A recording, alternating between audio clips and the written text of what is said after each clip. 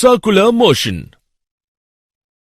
When a body moves on a circular path, then its motion is called circular motion. And if a body moves on a circular path with a constant speed, then its motion is called uniform circular motion.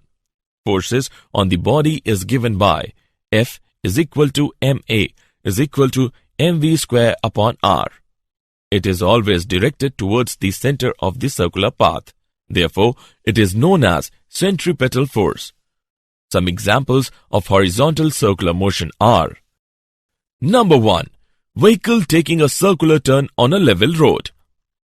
When a vehicle takes a circular turn on a level road, the force of friction between the tires of the vehicle and road provides the necessary centripetal force to the vehicle.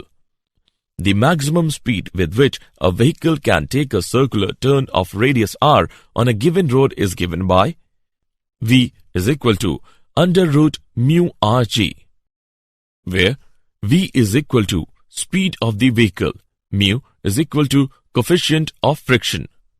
Number 2. Banking of roads.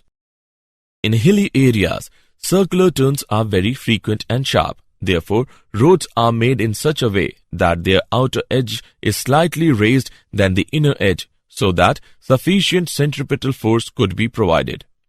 If the vehicle takes a circular turn of radius r on a banked road with speed v, tan theta is equal to v square upon rg, where theta is the angle of banking. Number 3. Bending of a cyclist. A cyclist always bends himself with the vertical while taking a circular turn on the road, so that he could provide himself a sufficient centripetal force.